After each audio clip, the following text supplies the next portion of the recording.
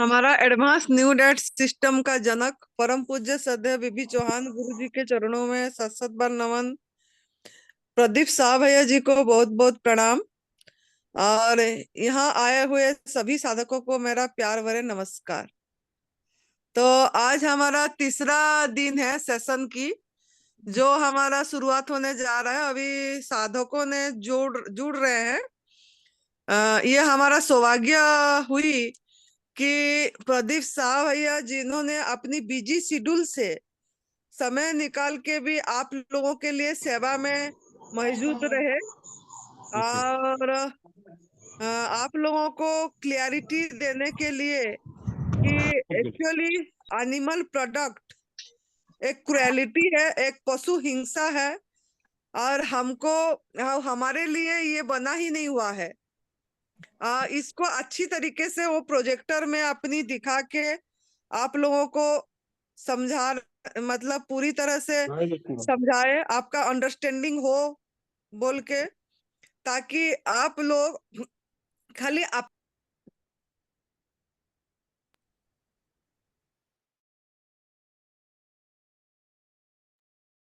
फायदा के लिए, हम खाली स्वार्थ के लिए एनिमल प्रोडक्ट छोड़ रहे हैं कि हमारा शरीर स्वस्थ हो जाए। तो शारीरिक स्वस्थता से ज्यादा हमको समझना है कि एक बेजुबान के प्रति हमारा जो क्रूरता हो रही है उसके अगेंस्ट में खड़े होना, मतलब हम ये गलत है बोल के समझ के छोड़ना, त्याग करना। अगर आप समझ के, क्रूरता समझ के नहीं छोड़ेंगे तो फिर शरीर स्वस्थता के बाद आप कहीं ना कहीं कभी ना कभी जाके फिर खाएंगे, दूध से बनी चीजें लेंगे कभी ना कभी। कहीं ना, जैसे शादी ब्याह में जाते हैं आइसक्रीम खा लेते हैं, कहीं जाते हैं पार्टी में रेस्टोरेंट में, कहीं वहां पनीर सब्जी खा लेते हैं, नहीं हम तो स्वस्थ हो गए हैं। कहीं घी का सब्जी बना हुआ होता है वहीं जा ले लेते हैं। नहीं तो कहीं मंदिरों में जाते हैं, कोई प्रसाद बोल देता है, थोड़ा सा प्रसाद ले लो, खीर, थोड़ा सा प्रसाद लड्डू घी की, यही सब करते हैं। और ये मतलब पशु हिंसा, क्रूरता को नहीं समझ के अगर हम प्राण नहीं लेते हैं, मतलब और करते हैं तो यही गलती करते हैं, और इस गलती के कारण हम कुक फूड त्याग नहीं कर पाते हैं। ये आसक्ति हमारा छूट नहीं मिलती है।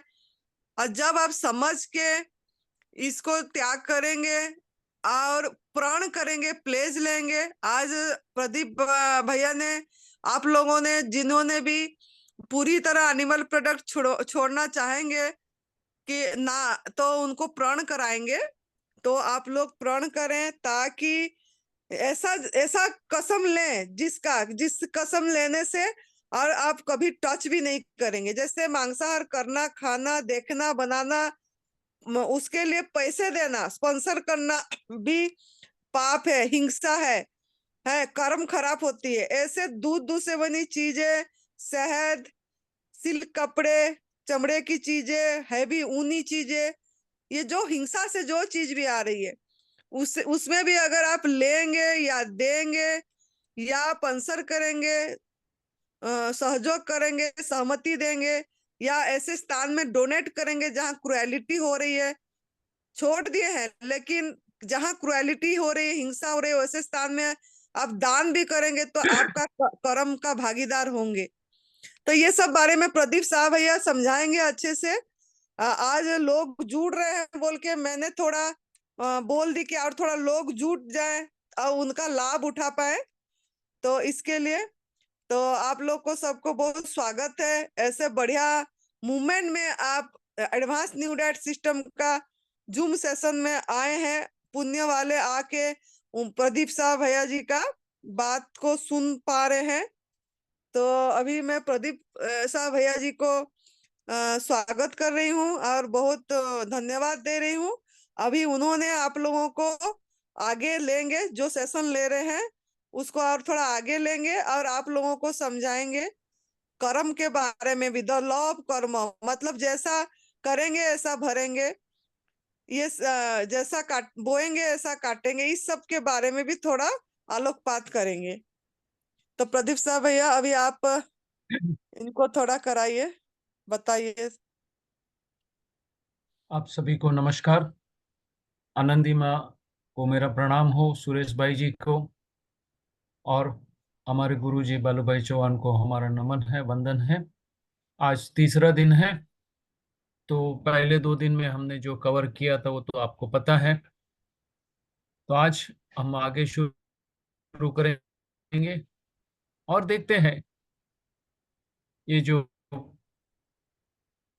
पशु हिंसा है,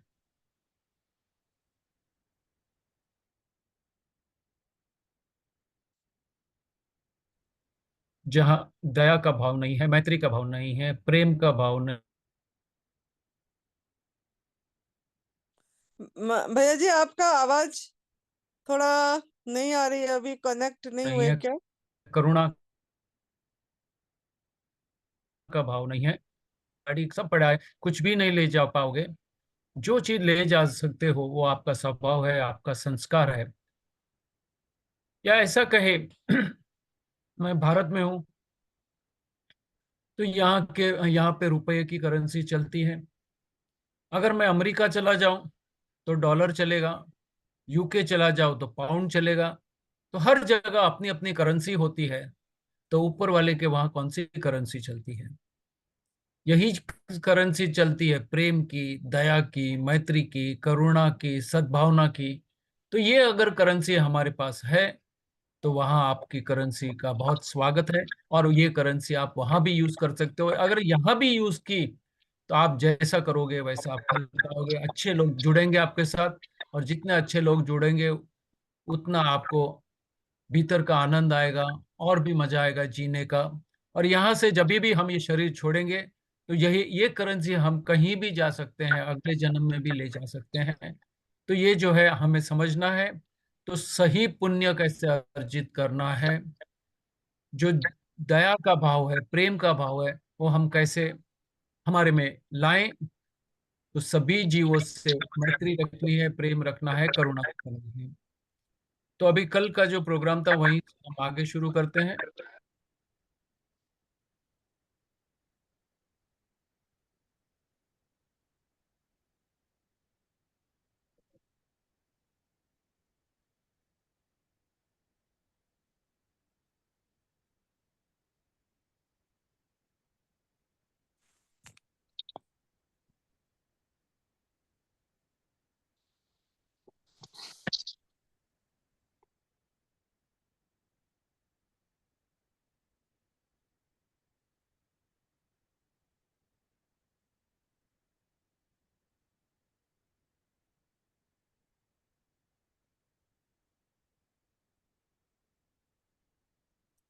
यहाँ तक हमने कल हमने देखा था, ये सभी प्राणी, दुधारू प्राणी जो है वो दुखी है, पीड़ित है,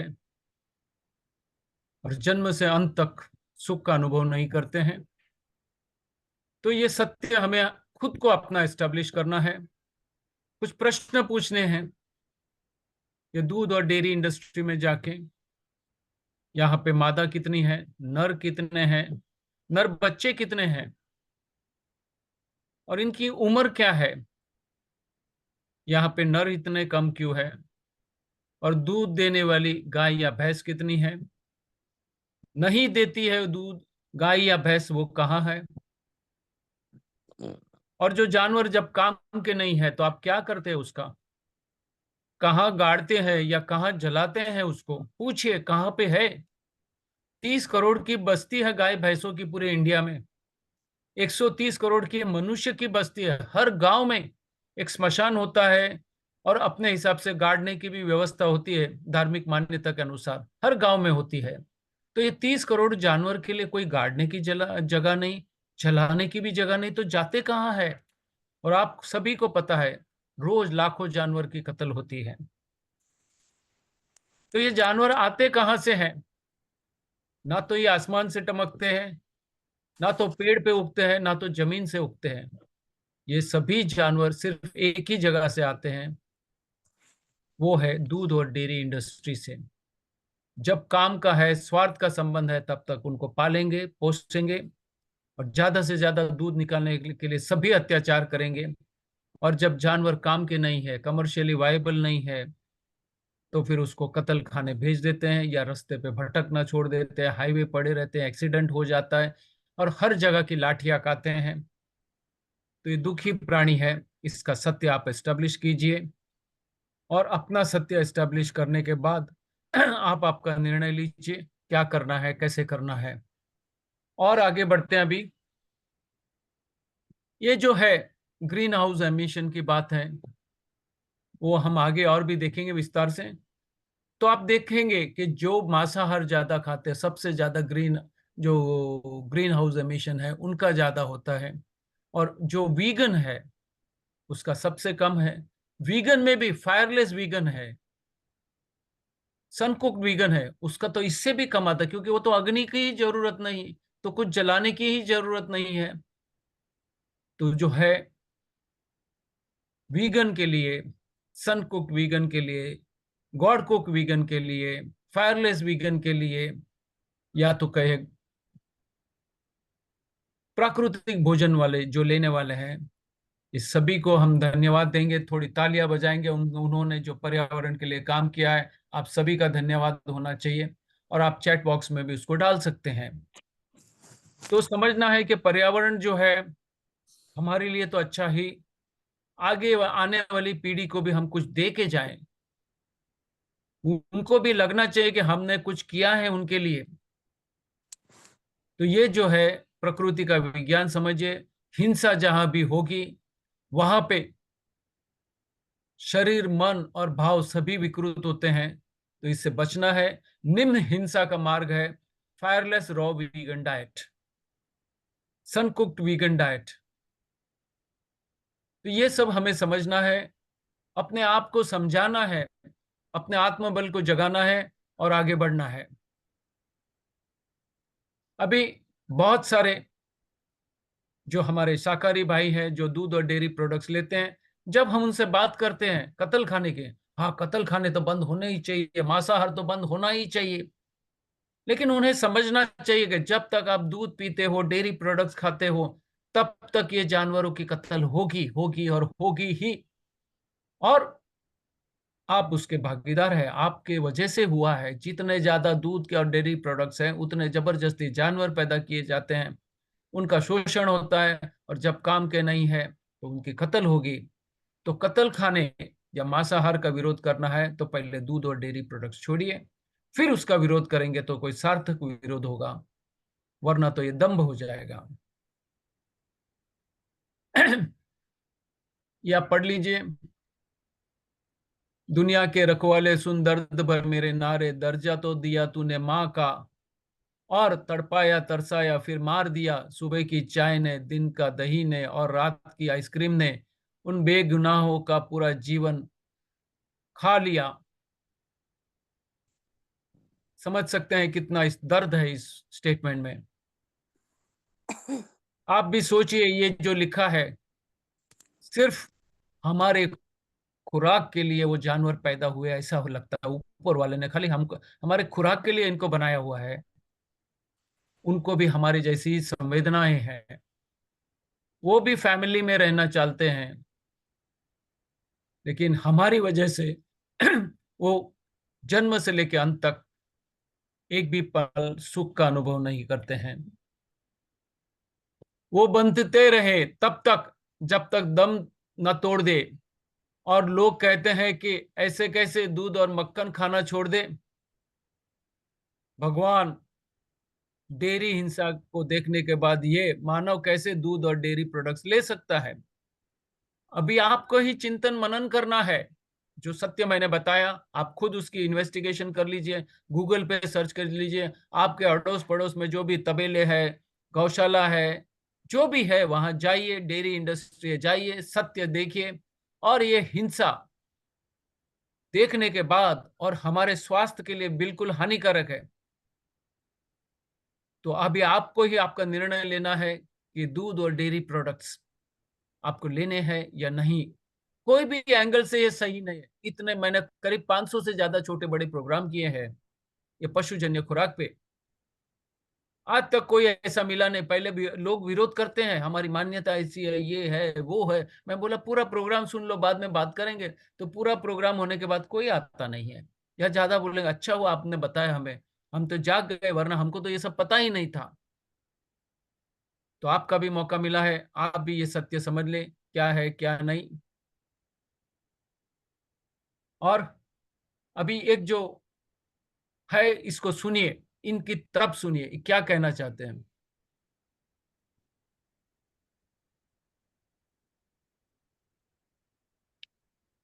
एक मिनट।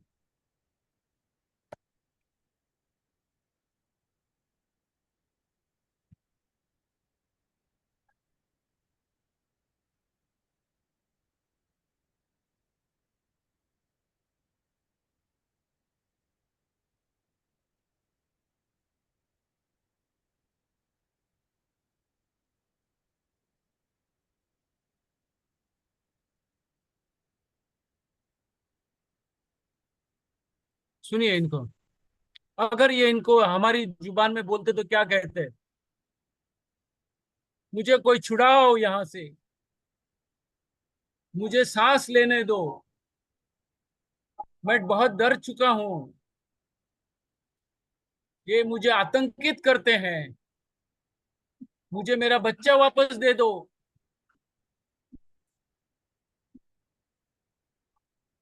मुझे, मैं भीख मांगता हूँ, आप बाप भीख मांग रही हूँ आपसे।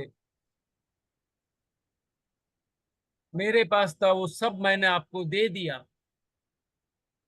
अब मेरे पास कुछ भी नहीं देने के लिए, मैं आपसे भीख मांग रही हूँ। मेरी जान आपके हाथों में है, मुझे मरना नहीं है। तो ये सब चीज ये प्राणी आपसे विनती करते हैं, आप समझिए ये क्या कहना चाहते हैं। अब यहाँ पे कपिल शर्मा को सुनिए।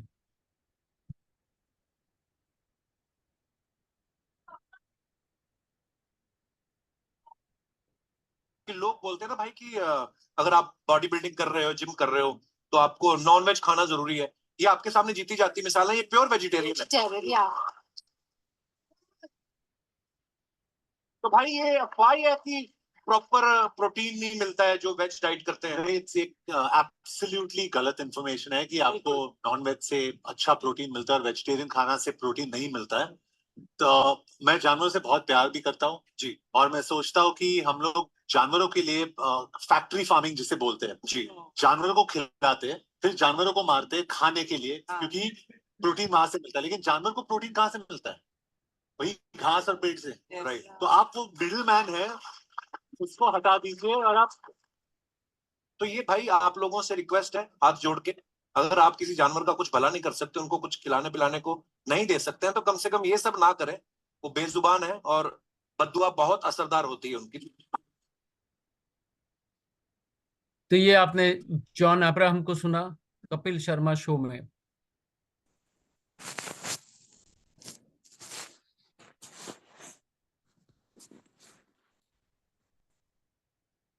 अभी ये जो एनिमल फार्मिंग है, जिसे हम एनिमल एग्रीकल्चर कहते हैं, जहां से गवर्नमेंट इसको बहुत सपोर्ट करती है, एनिमल एग्री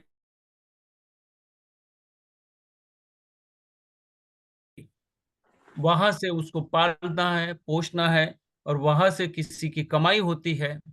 और फिर ये जानवर पे बहुत हिंसा होती है। वो फिर अंडे का बिजनेस हो, मुर्गी पालन हो, दूध और डेयरी इंडस्ट्री हो, बकरी हो, या अन्य कोई भी बिजनेस हो, जहां पे जानवर को पालते हैं, मच्छी उद्योग हो, मत्स्य उद्योग हो, यहाँ पे जानवर को जब पालते हैं इसीलिए है कि उन पे कोई दया का भाव इसीलिए नहीं, इनको बेच के हम पैसा कमा सकते हैं। वो किसी का खुराक बनने वाला है या और कुछ भी बनने वाला है, इस पे बहुत ही हिंसा है। तो ये एनिमल एग्रीकल्चर की असर क्या होती है पर्यावरण पे, ग्लोबल वार्मिंग पे, वो हमें समझनी चाहिए। ये जितने भी एग्रीकल्चर, जो भी पशुजन्य खुराक है, वो हमने पहले भी देखा था कि अगर मत्स्य उद्योग है तो मछलियां हो या जो भी हो, वहां से वो पकड़ते हैं, जाले डालते हैं, समुन्दर में जाते हैं, टनों के हिसाब से मछलियां पकड़ के लेके आते हैं, खींचते लेके आते हैं। जो काम की है, काम की नहीं है, सब खींच के लेके आते हैं, काम की रखते हैं, बाकी सब फिर से समुन्दर में फेंक देते हैं। अभी ये सब कचरा पड़ते रहता है और रोज टनों के हिसाब से आप निकालते जाते हो, निकालते जाते हो। फिर इसको संभालने के लिए रेफ्रिजरेशन यूनिट चाहिए और बहुत सारी प्रोसेसिंग, केमिकल प्रोसेसिंग करना पड़ता है। फिर इसको ट्रांसपोर्टेशन, ये वो, और हम सबको पता है कि ये जहां भी होता है वहां से हम गुजर नहीं सकते, इतनी होती है यहाँ पे। और जैसे मैंने पहले भी बताया था, अगर इसी तरह से हम समुंदर से इतने सारे उस जीव को वहां से निकालेंगे और मारेंगे रोज, तो हो सकता है 2050 के बाद में समुद्र में कोई जीव ही ना बचे, और वो नहीं रहेंगे तो हम नहीं रह सकते हैं। पर्यावरण का बहुत बड़ा नुकसान है। अभी अंडे के लिए मुर्गी पैदा करते हैं, तो मुर्गी उद्योग होता है। वो मुर्गी को जो 10-12 अंडे देती है, वो भी अपने बच्चे पैदा करने के लिए उसकी जगह पे 250 से 300 अंडे पैदा करवाए जाते हैं जबरदस्ती। और कहते हैं कि ये तो है, इसमें से कोई जीव पैदा नहीं होगा, तो ये वेजिटेरियन गिनते हैं और बहुत लोग उसको वेजिटेरियन करके करते हैं।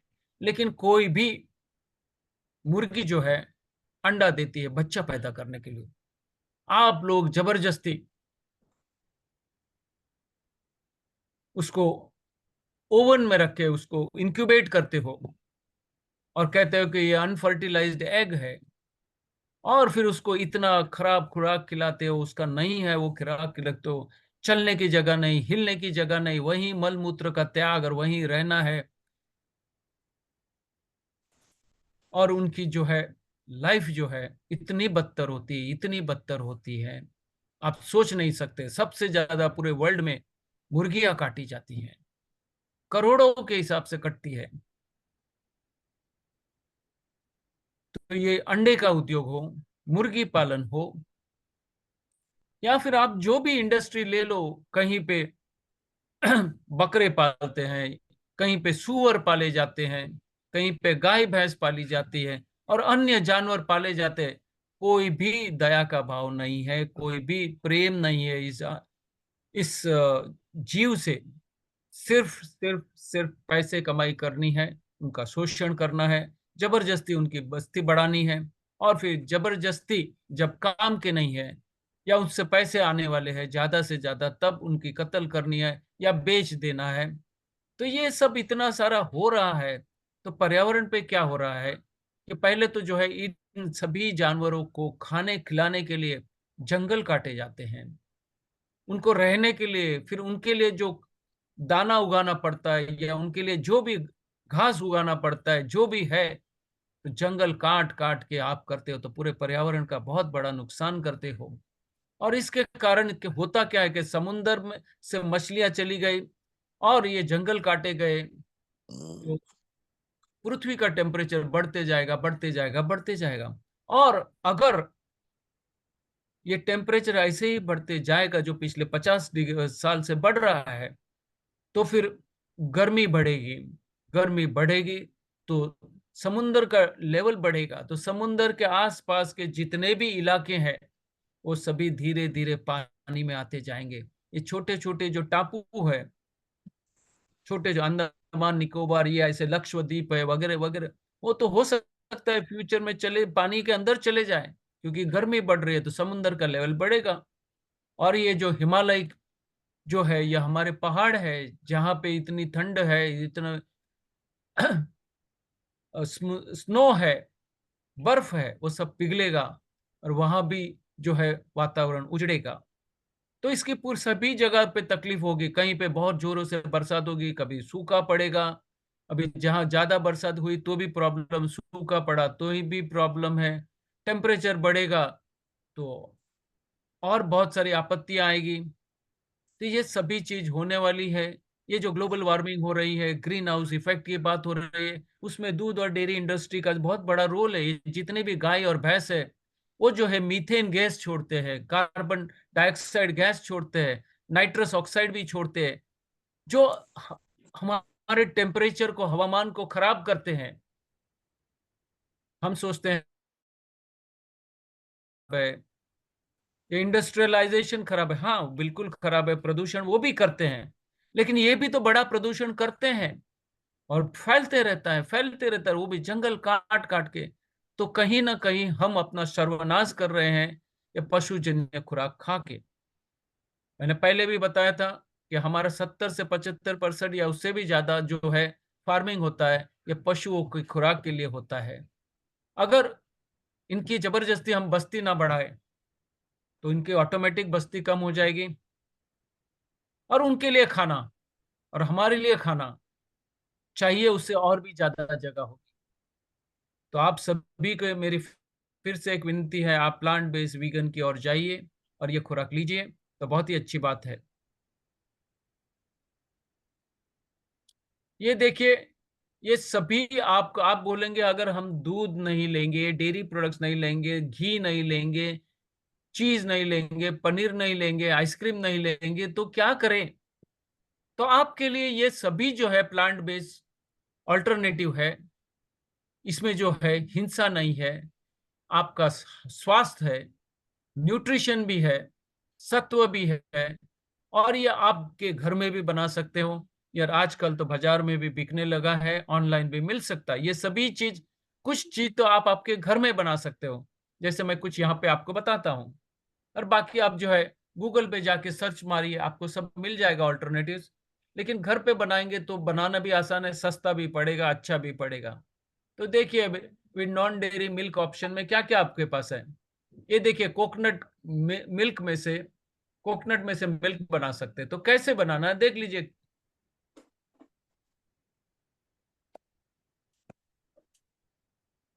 ये देखिए, ये जो है आपने लिया, टुकड़े करके डाल दिया मिक्सर में।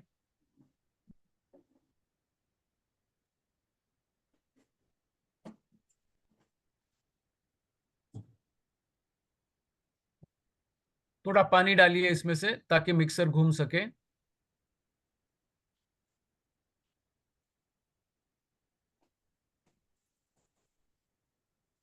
वे मिक्सर चल घुमाइए। अब इसको नायलॉन मैट से या कोई भी इस तरह से इसको छान लीजिए।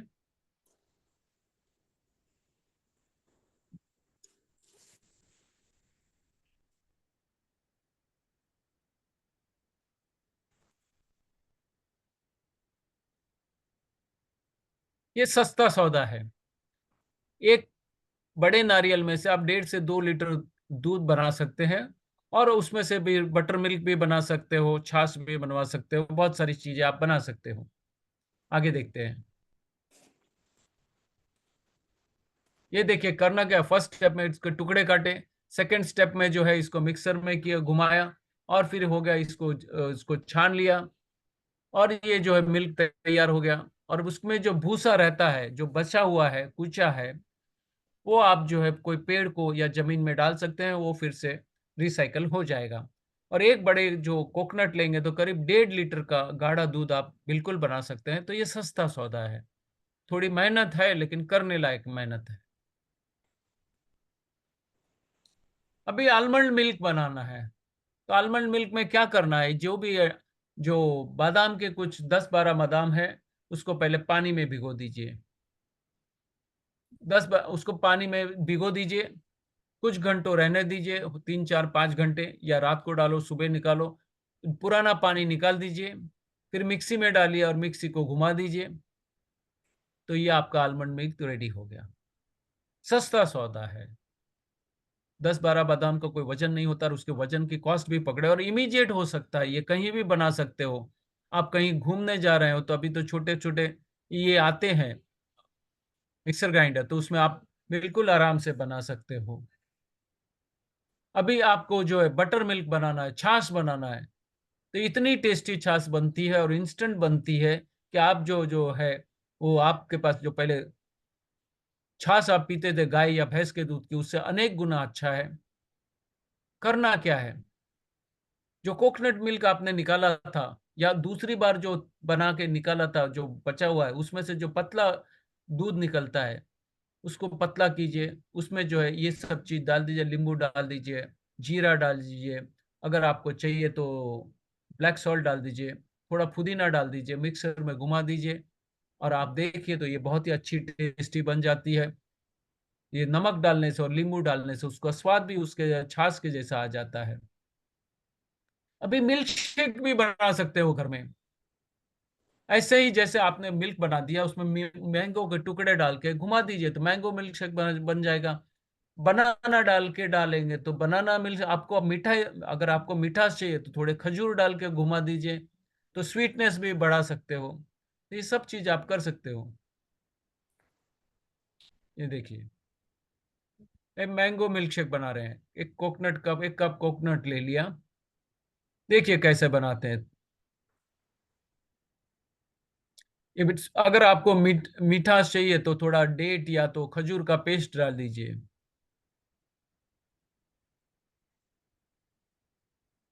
ये जो है मैंगो के टुकड़े डाल दीजिए बना के।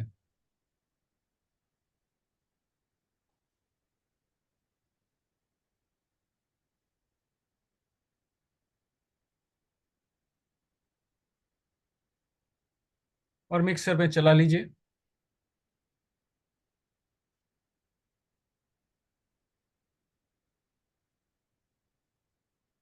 और ये सब आपको चाहिए तो आप डाल सकते हैं, ऑप्शन है ये सब डालना।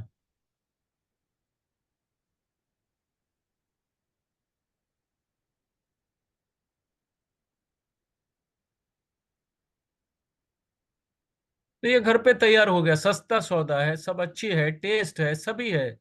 ये आपको जो है एक्स्ट्रा थोड़ा डाल के गार्निशिंग कर लीजिए।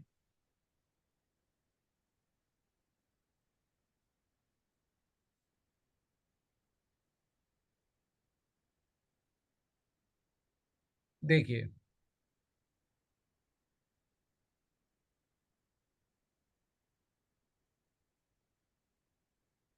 ऐसे ही आप जो है ये सब यही चीज जो है आप डाल के इसने आपने जो मैंगो मिल्क शेक बनाया, वैसे ही आप सीताफल का मिल्क शेक बना सकते हो, स्ट्रॉबेरी मिल्क शेक बना सकते हो, चीकू मिल्क शेक बना सकते हो, ठंडाई भी बना सकते हो। ठंडाई में क्या करना है आपको, नारियल, आपको जो जो कोकोनट मिल्क है उसमें जो है शुगर केन का जूस मिला दीजिए और थोड़ा ठंडाई पाउडर डाल दीजिए या बादाम पिस्ता वगैरह, आपको जो है थोड़ा सा वरियाली जो होती है, सड़ी बड़ी सोप वगैरह डाल के आप रोज पेटल्स वगैरह डाल के ये आप ये भी बनवा सकते हो। ये बादाम केसर का मिल्क शेक भी बना सकते हो। क्या क्या लगने वाला हो मैंने यहाँ पे बता दिया है। तो ऑप्शन आपके पास सब है स्विच ओवर करने के लिए।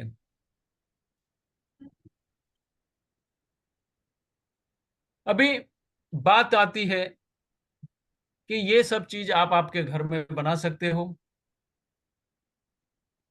तो आप बनाइए, टेस्ट करिए। और भी बहुत सारी रेसिपीज बनती है, आइसक्रीम भी बन सकती है, सब है। ऐसा नहीं है कि हमने आपको बताया कि छोड़ दो और आपको बोला कि अभी नहीं, आपको चाहिए तो दूसरे ऑप्शंस भी है।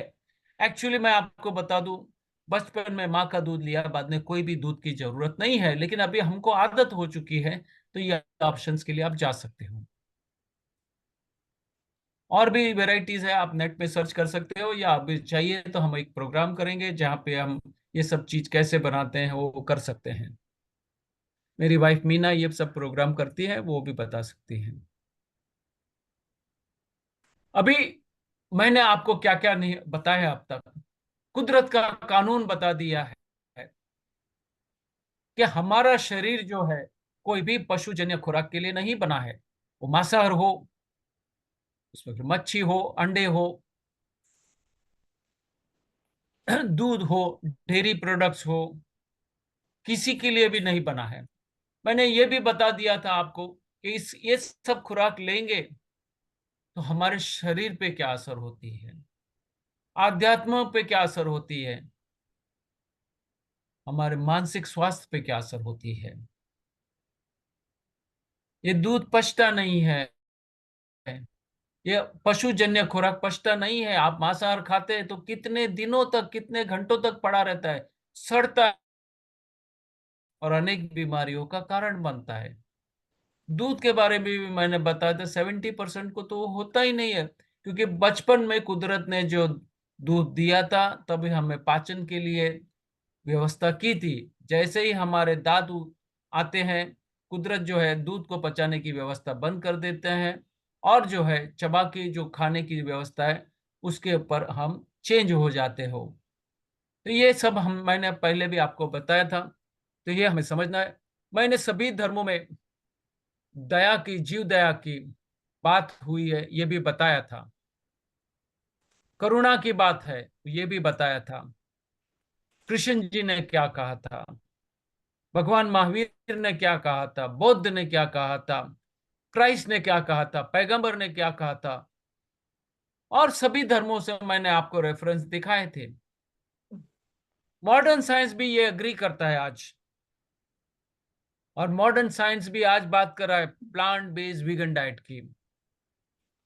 बहुत सारी रिसर्च हो रही है और इस पे बहुत सारे आज आगे बढ़ रहे हैं। फॉरेन में भी प्लांट बेस्ड वीगन्स के बहुत सारे होटल्स भी खुल चुके हैं, रेस्टोरेंट्स हो चुकी है।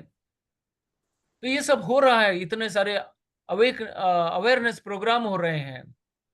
बम्बई में जैसे जहां मैं रहता हूं, अभी कुछ ही हफ्तों पहले पूरा एक सेमिनार हुआ था, पूरे भारत से सभी डॉक्टर्स आए थे, और यहाँ पे बम्बई में करीब 150 जैसे डॉक्टर लोगों ने अटेंड किया था, और वहां पे बताया था कि भैया हमें क्यों पशुजन्य खुराक नहीं लेना चाहिए, ये प्लांट बेस्ड वीगन डाइट क्यों लेना चाहिए, क्योंकि ये हमारे शरीर के अनुकूल है। हमारा शरीर जो पचा सकता है वो लेना है, इसमें हिंसा नहीं है। मैंने ये भी आपको हिंसा क्या है वो भी बताया। इस सभी नॉन वेजिटेरियन आइटम में क्या हिंसा है, उसको काटने में, उसके ट्रांसपोर्टेशन में, उसको बनाने में क्या क्या हिंसा होती है। अभी मैंने आपके साथ ग्रीन हाउस इफेक्ट की भी बात की है कि ये जो भी गैसेस जाते हैं ऊपर, और फिर जो ऊपर का जो हमारा लेयर है वो खराब हो जाता है, तो अल्ट्रावायलेट रेज भी इस पृथ्वी पे आ जाते हैं। ग्लोबल वार्मिंग की भी मैंने बात की है। और कर्मा जो है,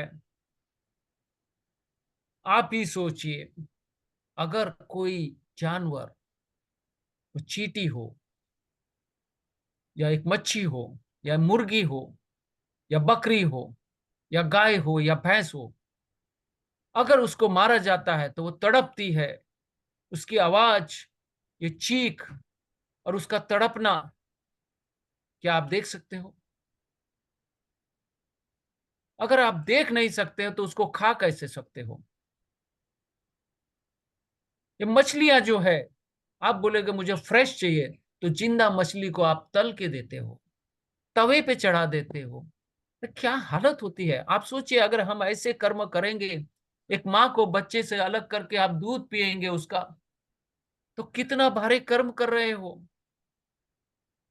और ये कर्म की ऐसी करेंसी लेके आपको कहीं भी कोई अच्छी चीज नहीं मिलने वाली, उसके ये जो नकली करेंसी है उसके लिए तो आपको पकड़ा जाएगा और आप पे केस चलेंगे, तो आपकी जो है दुर्गति निश्चित है, सदगति नहीं हो सकती है। आप बीमारी से ही जाओगे तो यही जन्म में पहले भुगतोगे, अगले जन्म में तो जो होना है वो अच्छा नहीं होगा, क्योंकि ये जन्म में अगर आपकी गति अच्छी नहीं है तो अगले जन्म में आपकी गति तो वहीं से स्टार्ट होगी। यहाँ की क्लोजिंग बैलेंस अगले जन्म की ओपनिंग बैलेंस है, तो यही क्लोजिंग बैलेंस ही गलत है, तो ओपनिंग बैलेंस कैसे अच्छी हो सकती है? तो आप सभी से मेरी रिक्वेस्ट है कि इसको समझिए और आपका योग्य निर्णय लीजिए। अभी एक बड़ा प्रश्न होता है कि अगर हम जानवर नहीं खाएंगे, दूध और डेयरी प्रोडक्ट्स नहीं लेंगे, तो इनकी बस्ती बढ़ जाएगी। इनको पालेगा कौन, संभालेगा कौन? तो फिर से एक बार बता देता हूं, ये जानवर की बस्ती बढ़ाई किसने? हमने। हम ही कारण है इनकी बस्ती बढ़ाने के लिए। कृत्रिम गर्भाधान हम ही करवाते हैं, वो तो उनमें तो ऐसा होता ही नहीं, अपनी सीजन के हिसाब से अपने वंश वृद्धि को मेंटेन करने के लिए करते हैं, कोई जबरदस्ती इतना नहीं करते। हाँ, तो हमारा स्वाद है, किसी का बिजनेस है, इसके लिए उनकी बस्ती बढ़ती है। तो ये कहना कि भाई इनका क्या होगा, अरे आप उनकी बस्ती बढ़ाना बंद कर दो, बाकी ऊपर वाले पे छोड़ दो, कुछ ही समय में ये सब कुछ हो जाएगा। और अगर आप जीव दया में मानते हो, अहिंसा में मानते हो, तो आपका पैसा कुछ कमाया हो उनको दे दो, कुछ ही साल में वापस वो नए संतुलन पे आ जाएंगे, तो कोई प्रॉब्लम नहीं है। और 84 लाख जीव है, आप एक दो जीव की बात करते, बाकी सब जीव को कौन संभालता है? जन्म से लेकर अंत तक की संपूर्ण व्यवस्था कुदरत ने की है।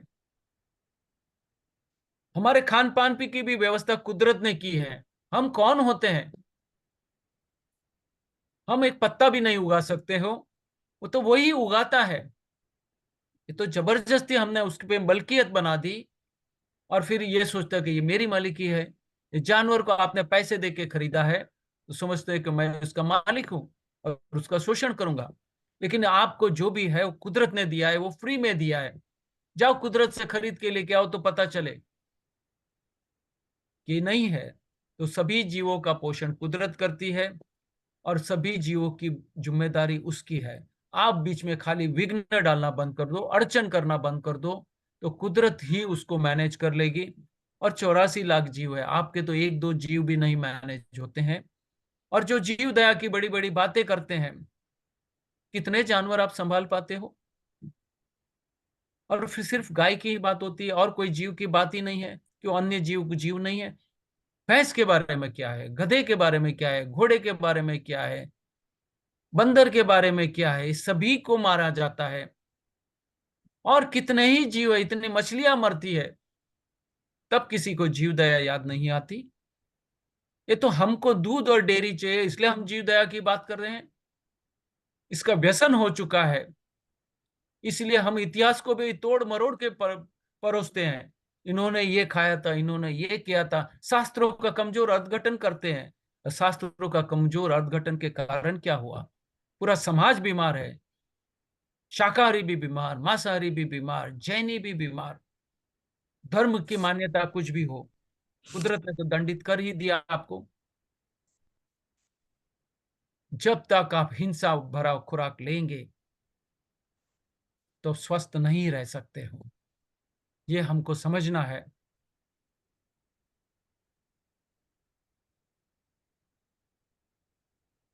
बात होती है अहिंसक मिल्क की और डेयरी की, अहिंसक डेयरी की बात होती है।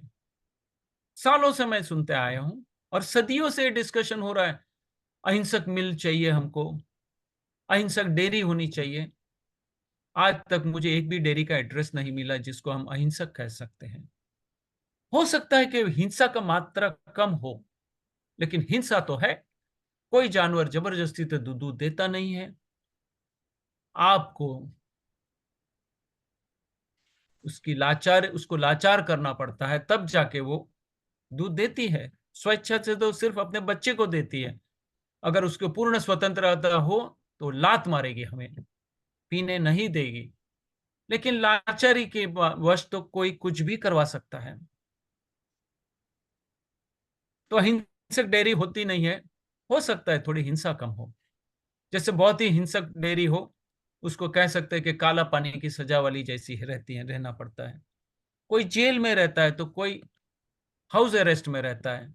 तो जो कम हिंसक है वो हाउस अरेस्ट जैसे कह सकते हैं, लेकिन हिंसा तो वहां है। जानवर को बांधना ही हिंसा है, उसकी इच्छा के विरुद्ध दूध निकालना वो हिंसा नहीं है। तो गलत तर्क देते हैं कि जानवर जरूरत से ज्यादा दूध देते हैं।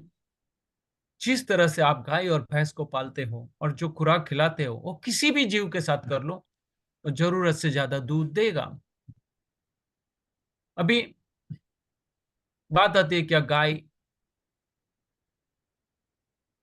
जो है, भैंस जो है, बकरी जो है, गधा जो है, ऊंट जो है, क्या जरूरत से ज्यादा दूध देते हैं?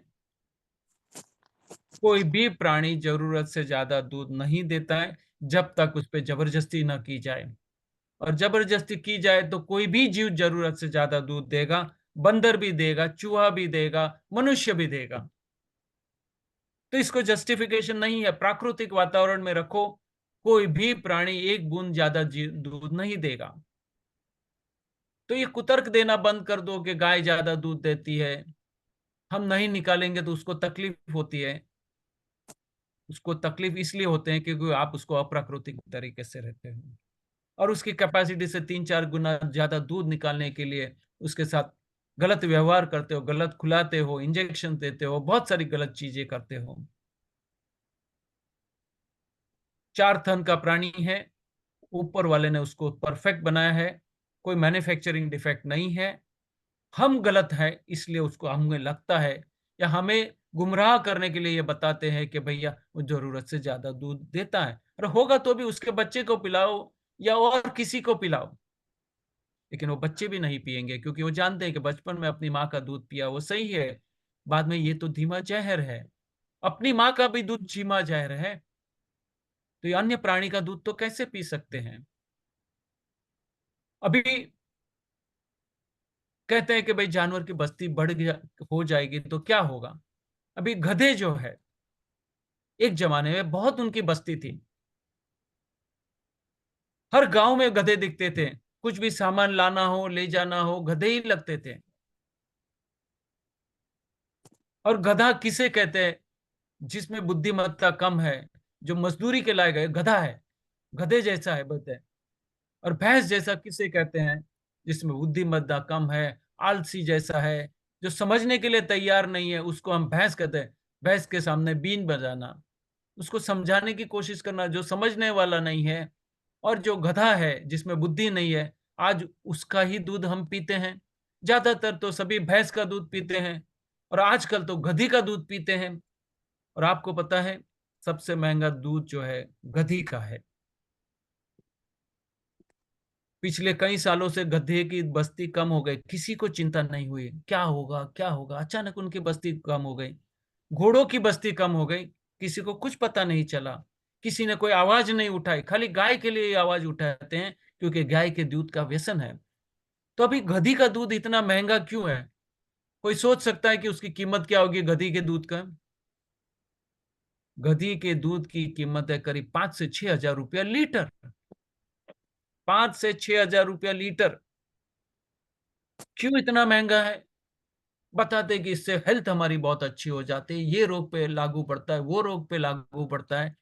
तो अभी गधी का जो बिजनेस हो चुका है, तो अभी भी हमारे शास्त्रों में से कोई कहानियां निकाल देंगे कि ये गधी है, इसका ये है वो है, इसमें वो था करके वापस चालू हो जाएगा। और गधी का दूध जो है एक चम्मच के लिए 100 रुपया। आप सोच सकते हैं इतना महंगा है। और गधी का दूध बहुत जल्दी खराब हो जाता है, इसलिए गधी को ले जाना पड़ता है, जहां भी पीना है वहीं उसको निकाल के उसके मुंह देते हैं, इमीडिएटली पी लो। अभी गधी पे भी अत्याचार होगा, तो दूध देने वाले सभी प्राणी पे अत्याचार होता ही है, और वो भी शाकाहारी जो दुधालु प्राणी है उस पे अत्याचार होते हैं। तो भैंस को अरे ये हाथी को संभालना डिफिकल्ट है, महंगा पड़ता है, नहीं तो हाथी का दूध भी लेके आते हैं। कोई ठिकाना नहीं है हमारी शोषण वृत्ति का। अभी कोई पूछे आपसे कि भाई गाय का दूध अच्छा है, भैंस का दूध अच्छा है, बकरी का दूध अच्छा है, गधी का दूध अच्छा है, ऊंट का दूध अच्छा है, तो किसका अच्छा कहेंगे? या माँ का दूध? तो कौन सा दूध अच्छा है और कब अच्छा है? किसी माँ ने अपने बच्चे को जब पैदा हुआ था तब उसको दूध पिलाया था। जब उसको दूसरा बच्चा आया या तीसरा बच्चा आया, किसी माँ ने अपने पहले दूसरे बच्चे को दूध नहीं पिलाया। क्यों? क्योंकि दूध एक पैदा हुआ एक्सक्लूसिव खुराक है, पूरे ब्रह्मांड में सिर्फ उस पैदा हुए बच्चे का हक लगता है और किसी का नहीं।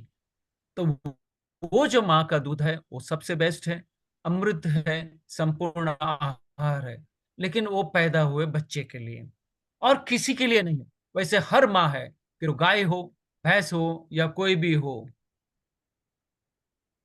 उसे हमें समझना चाहिए कि वो उसके बच्चे के लिए है, हमारे लिए नहीं है।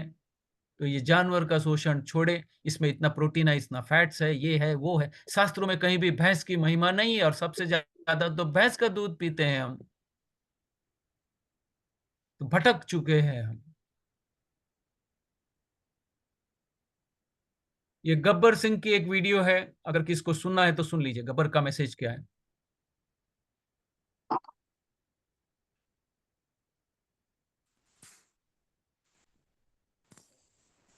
चीज़ी फ्राइज खाओ या मिल्क शेक ऑर्डर करो, पनीर बटर मसाला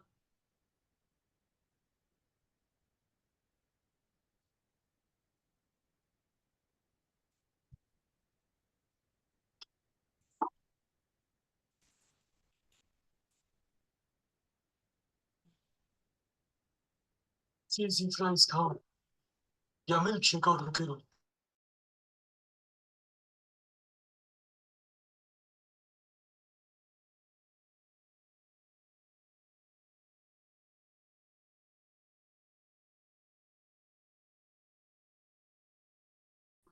प्रदीप शाह, बचपन से डर लगता है इस नाम से, क्योंकि बचपन में भी जब मैं दूध दही मक्खन खीर की जिद करता था तो मेरी माँ कहती कि गब्बर चुप बैठ, नहीं तो प्रदीप भाई आ जाएगी। और तब से इस नाम ने मुझे वीगन बना रखा है। डेयरी प्रोडक्ट्स की शक्ल तक भूल गया हूं मैं। इसीलिए अभी तक इतने जवान हो सरदार। माशाल्लाह, बाल देखो अभी तक काले हैं तुम्हारे। बात तो सही कह रहा है, ये प्रदीप भाई की शिक्षा है, इस वजह से आज मैं इतना तंदुरुस्त हूँ। ना ब्लड प्रेशर, ना डायबिटीज, ना हार्ट, कोई बीमारी नहीं। और आज तुम्हें भी मैं यही समझा रहा हूँ कि छोड़ो ये सब डेयरी प्रोडक्ट्स और रॉ वीगन खाना शुरू करो। वीगन जिंदाबाद। थैंक यू प्रदीप भाई, थैंक यू सो मच हमें वीगन बनाने के लिए।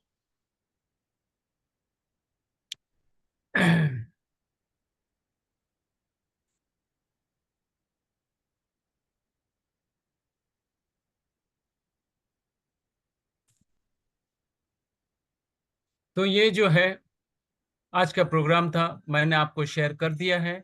और अगर आप में से जिनको भी लगता है कि दूध और डेयरी प्रोडक्ट छोड़ना है, स्वेच्छा से, कोई जबरदस्ती नहीं है, वो प्रण ले सकते हैं।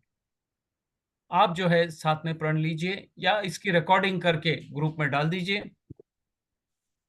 तो करना क्या है, प्रण लेना है। हाथ ऐसा रखेंगे या ऐसा कर दीजिए हाथ और बोलिए मेरे साथ। आप बाद में रिकॉर्डिंग करके भी कर सकते हैं, जिनको हाथ रख सकते हो रखिए। आज आनंदी माँ सुरेश भाई जी द्वारा आयोजित एडवांस न्यू डाइट सिस्टम में हमने जाना कि कुदरत ने हमें पशुजन्य खुराक के लिए नहीं बनाया है। फिर वो मांसाहार हो, मच्छी हो, अंडे हो, हनी हो, दूध हो या डेयरी प्रोडक्ट्स हो, ये हमारे लिए नहीं बने हैं। फिर भी अगर हम लेते हैं तो कुदरत हमें दंडित करते हैं, हमारे को शरीर और मन से बीमार करते हैं और हमें दुर्गति के मार्ग पे ले जाती हैं। इस उद्योग के साथ जुड़ी हुई भयंकर हिंसा भी हमने देखी। पर्यावरण के भी बहुत बड़ा नुकसान होता है। इसीलिए आज हमने सही जीव दया समझी है और इसी जीव दया के लिए और हमारे स्वास्थ्य के लिए हम जो है सभी पशुजन्य खुराक, वो लिक्विड फॉर्म में हो या सॉलिड फॉर्म में हो, उसका हम त्याग करते हैं। हमने ये भी जाना कि पशुजन्य खुराक का त्याग यही सही जीव दया है और सही अभयदान है। जिन्होंने भी ये लिया है उन सभी को मेरा प्रणाम है, मेरा वंदन है, मेरा नमन है। और ये आत्मबल आपको बहुत आगे ले जाएगा। और सभी समस्त पशु जगत जो है आज बहुत खुश हैं, क्योंकि हमने उन्हें अभयदान दिया है, जीवन दान दिया है। तो आप जो है ये वीडियो बना सकते हैं, आनंदी माँ को पोस्ट कर दीजिए, वो फिर ग्रुप में डालेगी, और ये सब आप समझ लीजिए। और अभी क्वेश्चन आंसर के लिए हम हैं, जिसके जो भी क्वेश्चंस हो वो हम आज लेंगे, क्योंकि ये अंतिम सेशन है ये एनिमल बेस्ड प्रोडक्ट का। तो जिनके जो भी प्रश्न है हैंड रेस कीजिए और फिर हम वो लेंगे। ये कंचन, इनका जरा हैंड रेस किया है, तो आप अंकित जी जरा इनको जो है उनको एक के बाद एक। अंकित बेटा इनको ये करो, म्यूट अनम्यूट करो।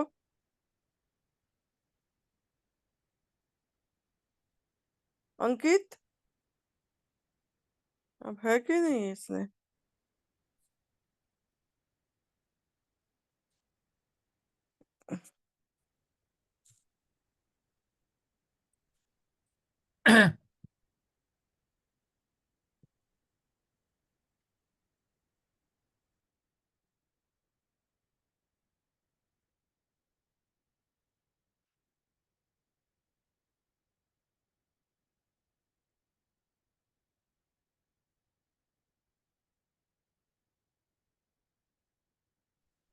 आवाज आ रही है इनको?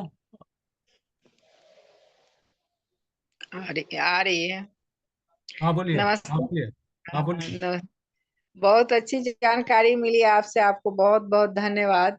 ऐसे तो हम डेयरी प्रोडक्ट पहले से ही नहीं लेते हैं, और अब तो खैर कोई सवाल ही नहीं उठता है, इतना कुछ सुनने के बाद तो अब कभी हम छुएंगे भी नहीं।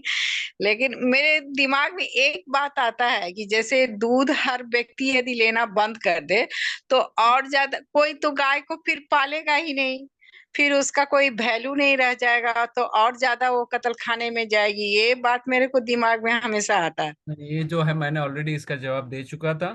पहले जो ये समझ लीजिए कि ये जानवर की इतनी बस्ती बढ़ाई किसने, पहली बात ये समझ लीजिए, बस्ती हमने हाँ। बढ़ाई। कृत्रिम गर्भाधान, आपको पता है भारत में कितना कृत्रिम गर्भाधान होता है? करीब 8 करोड़ गाय भैंसों का कृत्रिम गर्भाधान होता है। जबरदस्ती बस्ती बढ़ाते हैं, इतनी बस्ती उनकी बढ़ती नहीं है। तो बस्ती बढ़ाई है, तो ये पाप हमने किया है, तो दोष नहीं दे सकते कि क्या है। और फिर भी सबसे पहला चीज है कि जानवर की बस्ती बढ़ाना बंद कर दो, हम्म। और उनको अपने जो है उनको पालो कुछ साल के लिए। अपने आप से हम्म। धीरे धीरे उनकी बस्ती कम हो जाएगी, और कुछ ही सालों में वो ठीक हो जाएगा, लेवल आ जाएगा। और बाकी जो उसको खिलाने पिलाने वाला तो कुदरत है, हम थोड़ी ना है। उसको बंद कर जो रखा है, गलत खुराक देते, ये सब हम कर रहे हैं। तो पहले जो है आप दूध और डेयरी प्रोडक्ट्स लेना बंद कर दो, और जहां भी कृत्रिम गर्भाधान होता है वो बंद करवा दो। दो चीज करेंगे तो बाकी का काम कुदरत कर लेगी, कुछ ही सालों में वो लेवल आ जाएगा। ज्यादा ये सब सोचना यही है कि पहले मैं बंद करूं, और जहां भी होता है इसका विरोध करें और इससे बंद करवाएं, क्योंकि ये निम्न स्तर की हिंसा है। तो ये करेंगे धीरे धीरे, कुछ ही सालों में लेवल आ जाएगा। ऐसा नहीं कि मर जाएगी। और क्या हम, इसका मतलब तो ये तो हो ही गया कि हमने अपने स्वार्थ के लिए पाली है। माँ बाप भी होते हैं तो हम उसको जिंदगी भर संभालते हैं, तो इनको संभालेंगे ना। अगर हमने इसको माँ कहा है तो स्वार्थ के लिए माँ है क्या? संभालो उसको, अपने फैमिली का मेंबर है वैसे उसको रखो।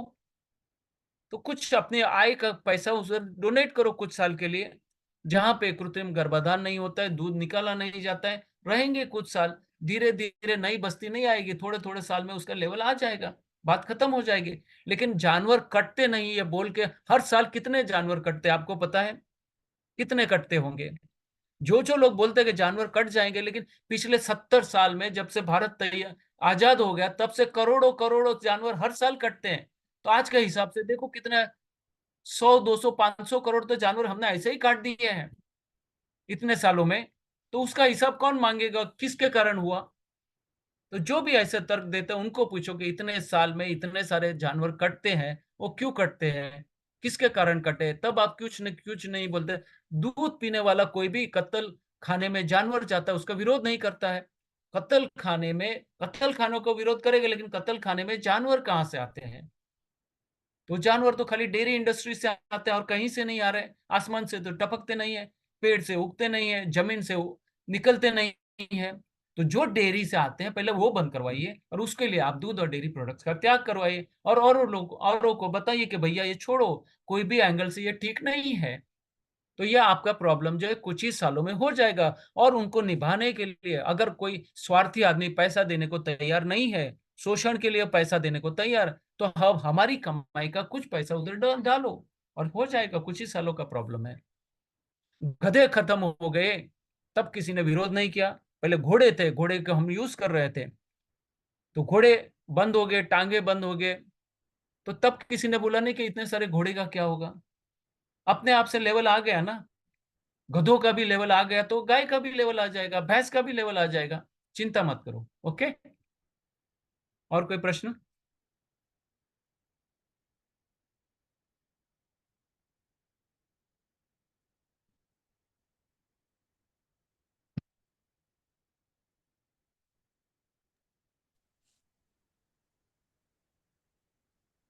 और कोई प्रश्न है? कोई एक लिखे हैं, काओ एग्रीकल्चर के लिए इम्पोर्टेंट है ना, है कि मिल के लिए, मतलब वो एग्रीकल्चर में यूज कर सकते हैं कि नहीं, कोई ऐसे अभी देखिए, काउ एग्रीकल्चर जो है, अब सबसे पहले जो है ना, पहले के जमाने में ये गाय को पालना क्यों पड़ता था? क्योंकि बैल की जरूरत थी, बैल के लिए गाय को पालते थे, क्योंकि खेती में बैल की जरूरत थी, ट्रांसपोर्ट के लिए बैल की जरूरत थी, तो बैल को पालते थे। अगर बैल चाहिए तो गाय को पालना अनिवार्य था। और पहले के जमाने में दूध कोई बेचा जाने वाला आइटम नहीं था, तो अगर बैल के लिए गाय पालते थे, आज जो है गाय के लिए, दूध के लिए गाय को पालते हैं और बैल की जरूरत नहीं, इसलिए बैल कत्ल खाने जाती है, तब किसी ने विरोध नहीं किया है। वो जो बहन जी बोल रहे थे, तो बैल के लिए इतने कत्ल होते हैं उसका कोई विरोध नहीं हो रहा है, इतनी सारी भैंस की कत्ल हो रही है उसका कोई विरोध नहीं है। तो ये हमको समझना पड़ेगा कि ये जो विरोध है जो भी है, और एग्रीकल्चर में अगर आपने यूज किया वो भी एक शोषण ही है। लेकिन फिर भी अगर आप उसको जिंदगी भर पालेंगे और उसके अंतिम सांस तक उसको रखेंगे, तो हम समझ भी सकते हैं कि उसकी कोई वैल्यू है। और मेरे हिसाब से कोई भी जानवर जो है उसका एक्सप्लॉइटेशन नहीं होना चाहिए। हाँ, उसका गौमूत्र और गोबर बिल्कुल वापरो, खेती में यूज करो, उसके जो खत बनाओ वापरो, वो सब सही है, उसमें कोई ऑब्जेक्शन नहीं, क्योंकि गाय ऐसे भी देने वाली ही थी, और आपने इस्तेमाल किया तो उसमें गाय को कोई तकलीफ नहीं। तो गाय का गोबर वापरना वापरना यूज करना, गौमूत्र वापरना वो अच्छी चीज है। लेकिन उसका शोषण करना जबरदस्ती से और उसको पीड़ा देना, वो खेती में भी तो है, गाय खेती के लिए तो बनी नहीं थी, हमने उसको बनाई है। तो इसका भी हमें विवेक रखें और इतना शोषण ना करें कि वो मरने लायक बन जाए और बेवक्त उसको मरना पड़े। उसको अपनी आयुष्य 20 साल 25 साल का है, वहां तक उसको हमें रखने की तैयारी चाहिए। ठीक है सर, मुझे ये आप लोग का जो सिस्टम है उसमें क्या क्या खाना अलाउ रहता है वो भी मुझे जानना था, पूरा डाइट सिस्टम। वो हम लेंगे पहले, जो अभी डेयरी के लिए जो भी होगा उसमें हम लोग देख लेते हैं। ये क्या लिखा ठीक है। है? हाँ, हमारे ऋषि मुनि भी मक्खन खाते थे, ये सब लिखा है। ये कौन है उनका जो प्रश्न? अभी देखिए, इतिहास के साथ इतनी छेड़छाड़ हुई है जिसका कोई हिसाब नहीं है। हमारे ऋषि मुनि खाते थे, बहुत सारे तो नॉनवेज भी लेते थे, बहुत सारे तो शराब भी पीते थे, बहुत सारे ने तो परस्त्री गमन भी किया। तो क्या हम करेंगे? हमें अपना विवेक यूज करना है और कहानी के जोर पे नहीं जाना है। वर्तमान में जो आपको बताया है वो आप समझ लीजिए, कुदरत का कानून मैंने आपको बता दिया है उस, और ये खुराक की हमारे शरीर पे क्या असर होती है, हमारे मन पे क्या असर होती है, हमारे भाव पे क्या असर होती है, वो भी मैंने आपको बता दिया है। तो ये कहानियों में ना उलझे कि हमारे ऋषि मुनियों भी गाय पालते थे और वो भी दूध पीते थे वगैरह वगैरह। ये है, ये शाश्वत कानून है कुदरत का, और जो भी करेगा वो दंडित होगा। और मैं ये जो कह रहा हूं आपको, जो 90 to 95% मेजोरिटी को लागू पड़ता है, और किसी को भी ये करना है तो कहानियां तो बनाएंगे। शिव जी भी तो क्या खाते हैं, क्या करते हैं, भंग लेते हैं। अभी जिसको भांग लेनी है वो शिव जी का नाम जोड़ देते हैं। जिसको जो चाहिए उसके साथ उसका नाम जोड़ देंगे। कृष्ण जी के साथ कुछ जोड़ दिया, शिव जी के साथ कुछ जोड़ दिया, हर कोई अपने ऋषि मुनि के साथ कुछ जोड़ देता है। लेकिन सत्य क्या है? प्रयोग, अपना प्रयोग करके देख लीजिए। उनकी कहानी से आपको क्या लेना देना? अगर उन्होंने ऐसे तो बहुत सारे ने शराब की है। किसी ने, अभी चाइना में चले जाओ तो वो कछुआ भी खा जाते हैं, वो सांप भी खा जाते हैं। तो क्या है उसका रेफरेंस लेके हम क्या करना चाहते हैं? क्या उनको हमारे स्टैंडर्ड है? हमारे अंदर की आवाज कहती है कि हमको ये लेना चाहिए। तो ये हमको समझना चाहिए कि हमारा जो है अंतर का आवाज क्या कहता है, कुदरत का कानून क्या कहता है, और उसके साथ में जुड़े हुए सभी चीज सही है। फिर हमारे शास्त्र हो, हमारे ऋषि मुनि हो, हमारे मॉडर्न साइंटिस्ट हो, या कोई आम आदमी भी कहे, तो वो सत्य के साथ हमें जुड़ना है, अपने बुद्धि का, अपने विवेक का सदुपयोग करना है।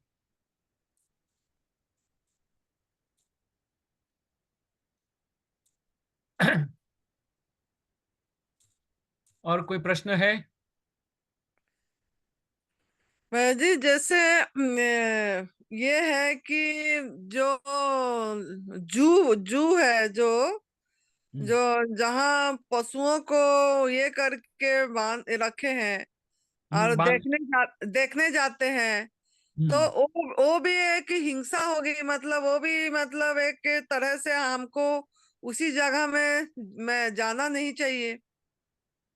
हाँ, ये देखिए, ये जो चीज है ना, पहले पहले तो ये सब खुराक से निकालिए। देखिए, पहली बात तो एक खुराक से निकालिए, पहली बात, सबसे बड़ी बात। अपनी डे टू डे लाइफ में जो जिसके हम भागीदार हैं, पहले उसमें से बचे। और जू में भी तो है, वहां उनको पाला जाता है, खिलाया जाता है, थोड़ी खुली जगह मिलती है, हवा पानी है, जो भी है। लेकिन फिर भी उसको पिंजड़े में रहना पड़ता है, अपनी सोशल लाइफ नहीं जी सकते हैं। कहीं उनको कोई समूह में रखते हैं, होता है। लेकिन फिर भी वो जानवर जो है या पशु जो है, बंद रहने के लिए नहीं बने थे, उसको भी कुदरत में रहना है। जैसे अगर हमको ही सोच लीजिए कि हमको ही अगर किसी ने जू में रख दिया है, हो सकता है कि हमको 2000 फुट की जगह दे दी है। अब हर जगह पे, जैसे मैंने हाउस अरेस्ट बताया था ना आपको, हाउस अरेस्ट, ये हाउस अरेस्ट के जैसा ही है। सब लोग आपको आके देख सकते हैं, ये है वो है, आपसे के पास से मदारी जैसा खेल भी खिलाएंगे। सर्कस में भी तो यही होता है, हमारी एंटरटेनमेंट करता है सर्कस। वहां पे तो पहले आपको, हमें पता होना चाहिए कि सर्कस में भी क्या करते हैं।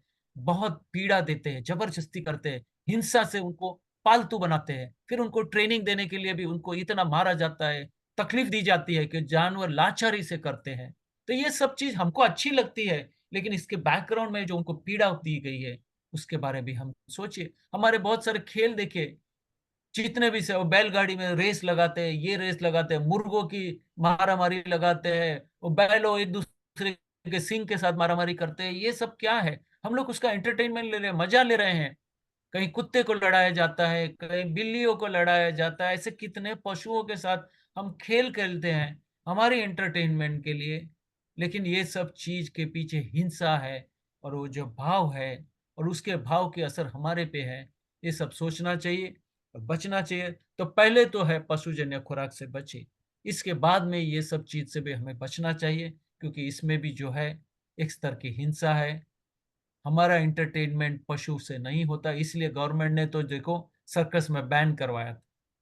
लेकिन जी कुछ सोशल प्रेशर्स डाले जाते हैं कि हमारी परंपराएं हैं, इसलिए फिर से चालू करवाओ। कोर्ट में केस होते हैं, कहीं कोर्ट ना बोलती है, कहीं कोर्ट परमिशन दे देती है, कहीं बड़ी बड़ी लॉबीज काम करती है। लेकिन हमें हमारा जो विवेक का यूज करना चाहिए, क्या सही है क्या गलत है, अगर मैं ये जानवर होता तो क्या ये चलता मुझे, ये हमें सोचना चाहिए। और अपना विवेक का यूज करके सही निर्णय हमें लेना चाहिए। कोई भी जीव को कुदरत ने किसी की गुलामी के लिए नहीं बनाया है, सबको अपनी स्वतंत्रता मिली है, सबको अपना जीवन मिला है। उस तरह से अगर जिए तो सही बात है। जंगल में जो भी जीव है, वो अपने हिसाब से जीता है, अपना बचाव भी कर लेता है और अपना खान पान भी ढूंढ लेता है। तो यही सही व्यवस्था है। जी। और किसी को कोई सवाल है तो पूछ सकते हैं प्रदीप साहब भैया जी के एनिमल प्रोडक्ट के ऊपर। अभी एनिमल्स प्रोडक्ट्स के ऊपर उनका क्लास थी, सेशन था। तो आप लोगों को अगर कोई सवाल है अभी भी पूछ सकते हैं, और समझ के अंडरस्टैंडिंग के साथ छोड़ देना बहुत अच्छी बात है जल्दी। और भैया जी हमको बताएंगे अनाज के बारे में आप लोगों को, तो वो भी क्लास हो गया। और कोई अभी चैट में पूछ रहे थे जूम मीटिंग आपका कब कब होती, कितने बजे होती है, किस किस दिन होती है। अभी हम पहले हमारा सैटरडे संडे मंडे हो रही थी, लेकिन अभी हम ये डिसाइड करे हैं कि रोज डेली करेंगे। डेली करेंगे ऐसे इसी टाइम में 8:30 में। अभी ठंड कम हो गई है, जब ठंड होती है हमारा 8 o'clock में होता है शनि, जैसे सर्दी के दिन में। अभी गर्मी आ गई है, तो इसीलिए 8:30 में रहेगी और डेली होगा। और होगा हो सके तो 2 घंटा 2.5 घंटा जैसे भी हो जाएगी, जैसे भी होगा हमारा 1.5-2 घंटा। और ये डेली सेशन इसीलिए होगा कि जैसे हम लोग कुक फूड त्याग नहीं कर पा रहे हैं, तो इसके लिए हम ये सेशन डेली रखेंगे ताकि आप लोग इसमें जुड़े रहे, आपका अपग्रेड दें। और आप क्यों, मतलब आपको क्या तकलीफ हो रही है, क्योंकि आग में पका वाला भोजन और एनिमल प्रोडक्ट ये हमारा आहार नहीं है, हमारा बॉडी इसके लिए डिजाइन नहीं हुई है। तो इसके बारे में भी हमको प्रदीप साहब भैया ने बताए थे कि अनाज के बारे में, अनाज क्यों नहीं हमारा आहार है, इसका मतलब एक सेशन लेंगे। तो उनको हम अभी पूछेंगे वो कौन सा काल दे पाएंगे, कौन सा डे दे पाएंगे, और वो भी आप सुन सकते हैं। और एक दो चार क्लास एनडीएस के बारे में बताएंगे, एडवांस न्यू डाइट सिस्टम के बारे में। क्योंकि थोड़ा प्रोजेक्टर में जैसे भैया समझाते हैं वो बहुत ही अच्छा ये होती है, लोगों का ये में और भी आती है। तो आप लोग क्यों जो चैत्र नवरात्रि है 9 अप्रैल से चैत्र नवरात्रि है 2024, 9 अप्रैल से हमारा 17 अप्रैल तक। तो आप लोग अभी से तैयार हो जाइए कुक फूड त्याग करके एडवांस न्यू डाइट सिस्टम को समझ के, ताकि उसी समय आप फलाहार में, रसाहार में, जलाहार में, वायु आहार में, जिस भी आहार में जितना जितना दिन करना है पूरी तरह कर पाएंगे। और शरीर की आपकी कायाकल्प भी होगा, डिटॉक्स भी होगी बॉडी से, आपकी इतनी गलत आहार करे हैं। और फिर आगे धीरे धीरे जा पाएंगे आप। और रोग मुक्त तो होंगे ही होंगे, दवा रहित रोग रहित दुनिया है ये परम पूज्य सदैव बीबी चौहान गुरु जी का सपना है, प्रदीप साहब भैया का, सुरेश मल्लिक जी का, नरहरी भाई जी का, सबका इनका सपना है ये कि किसी भी तरह दवा रहित रोग रहित हो दुनिया। तो आप लोग आ सकते हैं, रोज जूम मीटिंग है। और भैया जी आप बताइए, अगर किसी का सवाल नहीं है तो आप किस दिन जो अनाज का ये करेंगे बोल रहे थे सेशन, कौन सा दिन करेंगे? वो नेक्स्ट वीक में हम डिसाइड कर देंगे। मेरे ख्याल से किसी का और एक का प्रश्न हैंड रेज हुआ है, हाँ तो जी। उनको जरा अनम्यूट करेंगे तो उनका प्रश्न ले लेते हैं। कोई कंचन जी है, कहनचरण पडन। कान्हचरण प्रधान है, हाँ कान्हचरण प्रधान। हाँ हाँ। अंकित जी इनको कर दीजिए।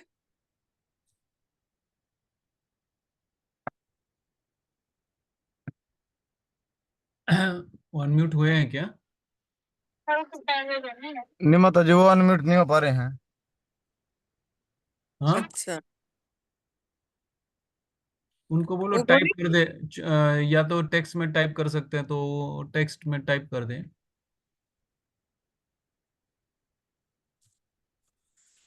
और सभी को ये अनुरोध है कि ये लिंक सभी को फॉरवर्ड करिए।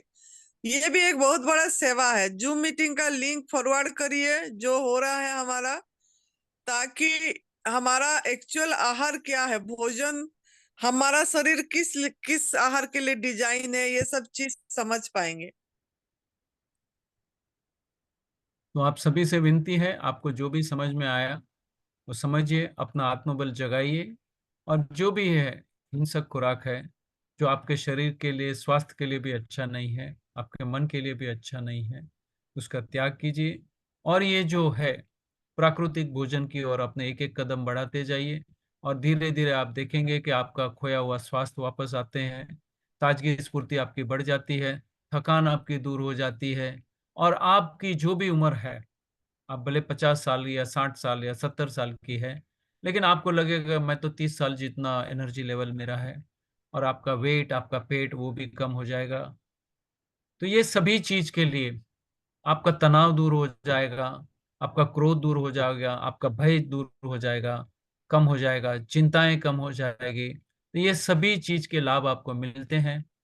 तो ये समझ के आप करेंगे तो बहुत ही अच्छा है। कोई रतन पंजाब, उन्होंने भी हैंड रेज़ किया है। अंकित जी देख लीजिए अगर किसी का हैंड रेज़ है, अगर आप रतन। जी नमस्कार। हाँ, नमस्कार। जी मैं भारद्वाज रतन हूँ जी, डिस्ट्रिक्ट संगरूर पंजाब से जी। हाँ, बताइए। और जी, और आनंदी माँ जी से भी बात होती ही रहती है। और मेरा निवेदन था जी कि क्या हम ये टेलीग्राम पे भी कर सकते हैं जी, और अगर कोई आपका ऐसा चैनल हो ताकि इसकी या फर्क क्या यूट्यूब पे जो पड़ता है? भी आप लेकिन ये अभी जूम प्रोग्राम जो है, अभी आप जी, टेलीग्राम से करो या इससे फर्क क्या पड़ेगा? उसमें कनेक्ट ये होना है, था कि टेलीग्राम डाटा। में भी कनेक्ट हो सकते हैं, टेलीग्राम में भी हो सकता है, लेकिन होना तो जूम के थ्रू ही होना है। या जी, कैसे कनेक्ट होना है? तो उसमें जी, तो उसमें ये टेलीग्राम रहता है जो जी है कि व्हाट्सएप जैसे जैसा ऑल्टरनेटिव है। बाकी आपको जो हम्म, प्रोग्राम, ऑनलाइन प्रोग्राम के लिए जूम है या वैसे और भी जो है, वो यूज करके आप कर सकते हैं। तो टेलीग्राम हमारे को देखने के लिए, मैसेजिंग के लिए अच्छा है, जैसे व्हाट्सएप है वैसे टेलीग्राम है। लेकिन प्रोग्राम तो हमको जी, जूम या गूगल मीट या ऐसा कोई होता है, ऐप के थ्रू ही करना पड़ता है। जी, उसमें जूम जैसा ही एप्लीकेशन है जी, हाँ। और वो रिकॉर्डिंग हो जाता है, और लॉन्ग हाँ, टाइम पे वो रहता है। ऑनलाइन रिकॉर्डिंग हो जाता है, तो ऐसा कर सकते हैं, उसमें कोई दिक्कत नहीं है। जी, तो मैं निवेदन था जी आपसे कि हमारा एक छोटा सा चैनल था, तो उसमें आप लोग काफ़ी बात हो रही है। अगर आप समय दे पाएँ किसी दिन तो धन्यवाद था जी। ठीक है, देख सर लेंगे। नमस्कार। हाँ, नमस्कार। वो सर मेरा वो 17-18 तो बीमार था और उड़ीसा में हूँ। मेरा नाम कर्णाचल प्रधान उड़ीसा का हूँ। हम्म। तो मेरा ये क्वेश्चन था सर, 2-3 क्वेश्चन था। हम्म। ये क्या ऐसा होता है क्या, ये अपने जीव को गवर्नमेंट फूड के बारे में पूरा पता चलने के बाद वो मैनमेड फूड का टेस्ट ही ना लगे जीव को? ये हो सकता है, अपने अपने आप पे है। देखिए क्या है कि हमारे, मैंने पहले भी जो आपको बताया था कि हमारे मन के 60,000 न्यूरॉन्स है, 60 बिलियन न्यूरॉन्स है, उसकी वायरिंग होती है। तो जैसी आपकी वायरिंग है उसके हिसाब से होता है। तो पुरानी मेरा ऐसा वायरिंग, हुआ अभी मतलब नई सर। वायरिंग जो है, नई सर्किट जो बनी है, वो अगर पावरफुल है तो पुरानी सर्किट कमजोर हो जाएगी, हो सकता है नाबूद भी हो सकती है। तो ये सब जैसे मेरा जैसे आप करते जाएंगे, अपने आप से बात करते जाएंगे कि मैं तो भगवान का पकाया हुआ खाता हूँ, ये खाता हूँ, तो धीरे धीरे वो जो आपकी पुरानी वायरिंग है वो कमजोर हो जाएगी, और जो नई वायरिंग जो है आपकी, वो और स्ट्रांग हो जाएगी, और फिर आपको खाने की इच्छा ना हो, ये पॉसिबल है। और किसी में दोनों भी रहता है, कुछ महीनों तक करते हैं, वापस पुराने पे आ जाते हैं। तो ये सब होते रहता है, तो अपने आत्मबल पे है। हम खुद से क्या बात करते हैं, कभी कभी क्या दिखाने के लिए तो हम कर लेते हैं, लेकिन अंदर हम खाने चालू कर देते हैं। तो बाहर कुछ और है, अंदर कुछ और है। लेकिन जब अंदर और बाहर एक हो गया, मुझे बाहर भी इच्छा नहीं हो रही है, अंदर भी इच्छा नहीं हो रही है, तो ये पॉसिबल है कि आपकी इच्छा ना हो, ये पॉसिबल है। सर मेरा वो 8 महीने एमडीएस फॉलो करने के बाद 17 बीमार उड़ गया, 18 बीमार था और एक उड़ना बाकी है। लेकिन ऐसा हो गया सर, मेरा जीप में कोई मैनमेड फूड तो कोई रिसर्च विसर्च ऐसा कोई थोड़ा डालता हूँ। मैं भी इंजीनियरिंग का पढ़ाई कर रहा हूँ अभी भी।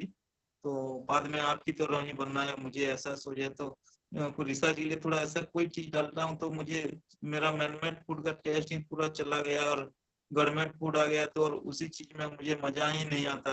दुनिया कितना क्या चीज खाता है मुझे पता चल नहीं, गया और आपको गॉड ये मेड गवर्नमेंट फूड फूड का में मजा गॉड आ गया मेड इसलिए। आपको गॉड मेड फूड में मजा आ रहा है और मैन मेड फूड में मजा नहीं आ रहा है, तो आप, हमारा नमन है, वंदन है आप सभी को, आपको, क्योंकि आपको ये अच्छा लगा है।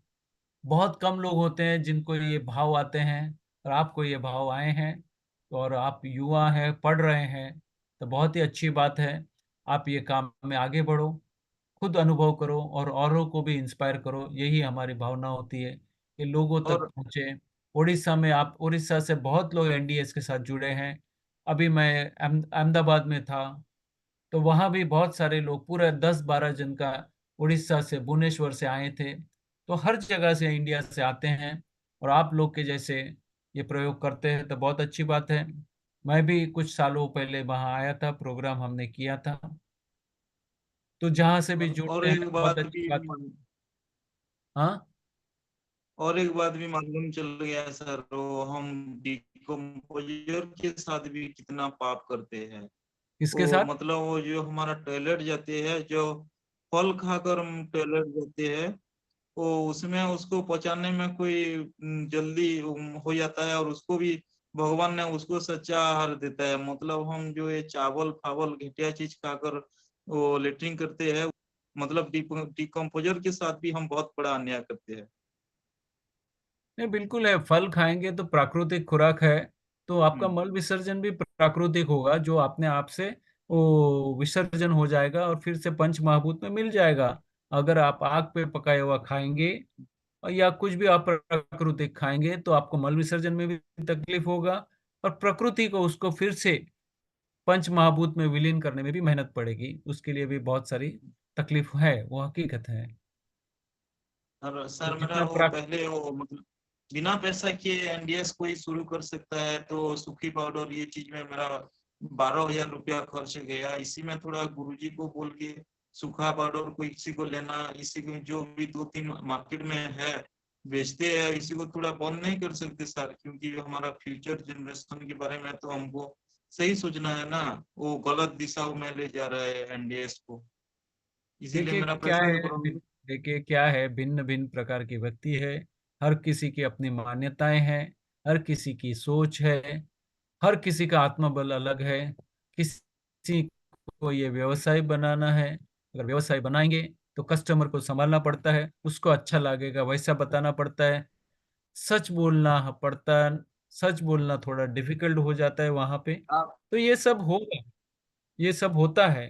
लेकिन आपको सत्य मिल गया है, तो आप सत्य के मार्ग से आगे बढ़े और दूसरे क्या कर रहे हैं उसकी चिंता में ज्यादा ना पड़े, अपने मार्ग में और अपने को मजबूत बनाए। यही सही है। अपने समय में जो होता है वो होने दीजिए, और हर जगह सही गलत होते ही रहेगा। विरोध करने में अपनी शक्ति का व्यय ना करें, यही मेरी आपको रिक्वेस्ट होगी। और सर ठीक है, थैंक यू, इतना पूछना था सर। धन्यवाद। और किसी का भी एक हैंड रेस था?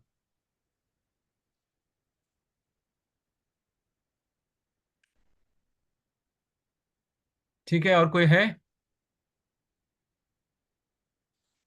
चलिए कोई ठीक। है? अ, कोई नहीं है लग रहा है अभी। नहीं, हाँ, नहीं, ये है ना, ये कौन, अमरीश कुमार